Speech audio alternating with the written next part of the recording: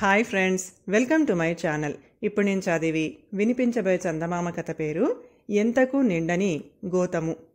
అనగనగా ఒక రాజు. ఆ రాజు దగ్గర ఒక మంగలి ఉండేవాడు. వాడు ఒక రోజున అడవి మార్గము ద్వారా పొరుగు ఊరికి వెళ్ళవలసి వచ్చింది. అలా ఒక పెద్ద చెట్టు కింది నుంచి పోతూ ఉండగా, అబ్బాయి, నా వద్ద వరహాలతో నిండిన 7 గోతాలు ఉన్నాయి.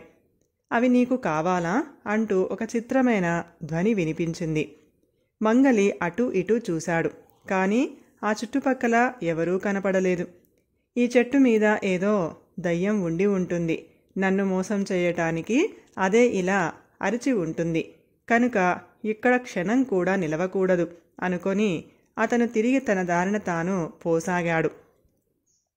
కానీ మంగలి ఇంకా 100 గజాల దూరమైనా పోకముందే మళ్ళీ ఆ చెట్టు వైపు నుంచి, నిన్నేనయ్యా, అలా పారిపోతావేమిటి?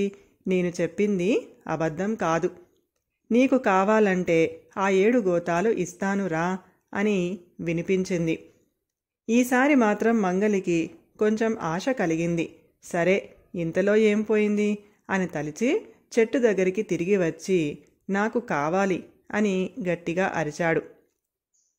అందుకు బదులుగా, సరే, 7 గోతాలు మీ ఇంటికి చేరాయి, పోయి చూసుకో అని ఆ అశరీరవాణి మళ్ళీ జవాబు చెప్పింది. ఈ జవాబుకు మంగలికి ఆశతో పాటు అనుమానం కలిగింది. అయినా ఈ మాటలు ఎంతవరకు నిజమో చూద్దాం అని ఆలోచించి వాడు ఆత్రంతో ఒక్క పరుగున ఇల్లు చేరుకున్నాడు. తలుపు తెరిచి చూసేవరకు 7 గోతాలు ప్రత్యక్షంగా కనపడ్డాయి. గబగబా మంగలి ఆ గోతాలు ఒక్కొక్కటే విప్పి చూడసాగాడు. వరుసగా 6 గోతాలు నిండుగా మిలమిలా మెరుస్తూ వరహాలు ఉన్నాయి. 7వ గోతాం విప్పి చూశాడు. కాని అందులో ఏమీ లేవు. ఒక్క చీటీ మాత్రం ఉంది. ఆ చీటీ మీద ఈ విధంగా రాసి ఉంది: ఈ 7వ గోతాం నింపటం నీవంతు. అది నింపగలిగితేనే నేను నీకు ఇచ్చిన మిగతా 6 గోతాల వరహాలు నీకు దక్కుతాయి. అది గనక నింపలేకపోయావంటే ఈ 6 గోతాలు నీకు ఏ విధంగా వచ్చాయో అదే విధంగా మాయమైపోతాయి. ఈ చీటీ కంట పడే వరకు ఎలా అయినా శ్రమపడి ఆ 7వ గోతం కూడా పూర్తి చెయ్యాలి అని తీవ్రమైన కాంక్ష పట్టుకుంది మంగలికి. ఒక గోతం నిండుగా వజ్రాలు నింపాలి అంటే అంత తేలికగా అయ్యే పనా?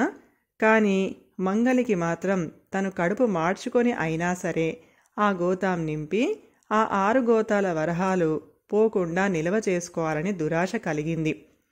మొట్టమొదట అతను తన ఇంట్లో ఉన్న వెండి, బంగారు నగలన్నింటినీ అమ్మివేసి వాటిని వరహాలుగా మార్చి 7వ గోతంలో పోశాడు.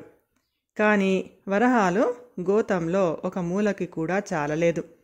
అది పని కాదని చెప్పి తను కడుపు నిండా తిండి తినటం మానుకున్నాడు. కడుపు మార్చుకొని ధనం పోగు చేసి అయినా సరే ఆ గోతం కూడా వరహాలతో నింపాలని అతని ఉద్దేశం. కానీ నెలల తరబడి వాడు అలా కడుపు మార్చుకొని ధనం కూడబెట్టినా అది నిండలేదు. ఆ మంగలి ఒకనాడు రాజును దర్శించి, ప్రభు, చాలా కష్టకాలంగా ఉందండి, జీతం బొత్తిగా చాలటం లేదండి, ఏలినవారు కటాక్షించాలండి అంటూ దీనంగా మనవి చేసుకున్నాడు.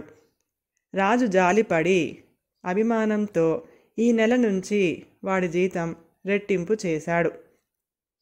మంగలి ఈ జీతమంతా కూడబెట్టి ఆ 7వ గోతంలో వేస్తూ వచ్చాడు. మరికొన్ని నెలలు గడిచాయి. కానీ ఎంతకు గోతం నిండదే. ఆ రోజు మొదలుకొని మంగలికి పెద్ద బెంగ పట్టుకుంది. నేను ఎంత ప్రయత్నించినా ఈ 7వ గోతం నింపలేకపోతున్నాను. ఇది నింపలేకపోతే మిగతా 6 కూడా మాయమైపోతాయి కదా, ఏమి చెయ్యాలి అని వాడికి 24 గంటలు ఇదే దిగులు. ఇలా ఉండగా మరికొన్నాళ్లకి ఒక రోజున అతను మామూలుగా రాజుగారికి క్షవరం చేయటానికి వచ్చాడు. మంగలి చాలా దీనంగా ఉండటం రాజు కనిపెట్టి, ఏమిరా అబ్బాయి, నీ జీతం ఇప్పుడున్న దానిలో సగం ఉన్నప్పుడే నువ్వు ఉత్సాహంగానూ నిశ్చింతగానూ ఉండేవాడివే. ఇప్పుడు ఇలా బిక్కముఖం వేసుకొని ఉండటానికి కారణం ఏమిటి? నీకేమి కీడు మూడింది? కొంపతీసి ఆ 7 గోతాలు నీకు తటస్థపడలేదు కదా అని ప్రశ్నించాడు. ఆ 7 గోతాలు నీకు తటస్థపడలేదు కదా అనేసరికల్లా మంగలి ఉలిక్కిపడ్డాడు. అవును మహారాజా, కాని ఈ సంగతి తమరికి ఎలా తెలిసిందండి అంటూ కంగారుగా ప్రభువును అడిగాడు మంగలి. అప్పుడు రాజు, ఓరి పిచ్చివాడా, ఎవరు చెప్పేదేమిటి? నీకు ఇంకా తెలియనే తెలియదా? అడవిలో చెట్టుపైన ఉన్న యక్షుడు ఈ 7 గోతాలను ఎవరికైతే దత్తం ఇస్తాడో వాళ్ళ యందు ఈ లక్షణాలు అన్నీ కనిపిస్తాయి. యక్షుడు నాకు ఇలాగే ఈ గోతాలను తీసుకో అని చెప్పి ఇచ్చాడు. నీకు కనిపించినట్టుగానే 6 గోతాలు నిండుగా వరహాలు, 7వ గోతంలో చీటీ కనిపించాయి. కానీ నీలాగా నేను ఆ 7వ గోతం నింపటానికి ప్రయత్నించదలచలేదు.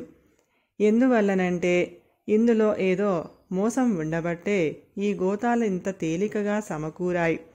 ఈ 7వ గోతం నింపటానికి ప్రయత్నించటం శుద్ధ తెలివి తక్కువ. కనుక నేను మళ్ళీ వెంటనే ఆ యక్షుడు ఉన్న చెట్టు దగ్గరికి వెళ్ళి, నీ గోతాలు నాకు అక్కర్లేదు, నీవే తీసుకో అని కేక వేశాను. ఇలా కేక వేసి నేను తిరిగి ఇంటికి వచ్చేసరికి ఆ గోతాలు ఎలా వచ్చాయో అలాగే మాయమైపోయాయి. కనుక నువ్వు కూడా తక్షణమే పోయి వాటిని తిరిగి యక్షునికి ఇచ్చివేయి. వెళ్ళు, ఆలస్యం చెయ్యకు అని మంగలికి సలహా ఇచ్చాడు. రాజు చెప్పినట్టుగా మంగలి బుద్ధి తెచ్చుకొని యక్షుడు ఆవహించిన ఆ చెట్టు వద్దకు పోయి, ఓయి యక్షుడా, నీ గోతాలు నీవే తీసుకో బాబు, నాకు అవి ఎంత మాత్రం అక్కర్లేదు అని వేడుకున్నాడు. ఇందుకు బదులుగా యక్షుడు అశరీరవాణి వాక్కుతో, సరే అలాగే తీసుకుంటాను, నీవు వెళ్ళు అని జవాబు చెప్పాడు. వెంటనే మంగళి ఇంటికి చేరుకొని చూసేసరికి ఆ 7 గోతాలు ఎంత చిత్రంగా వచ్చాయో అంత చిత్రంగానూ అదృశ్యమైపోయాయి. కాని దురదృష్టం ఏమిటంటే అవి మాయమైపోవటమే కాక వాటితో పాటు పాపం మంగలి ఇన్నాళ్ల నుంచి కూడబెట్టిన ధనం అంతా పోయింది. కథ సమాప్తం. ఈ కథ కనుక మీకు నచ్చినట్లయితే ప్లీజ్ లైక్ చేయండి, షేర్ చేయండి. మరిన్ని మంచి మంచి కథల కోసం మా ఛానల్ని సబ్స్క్రైబ్ చేసుకోండి. Thank you.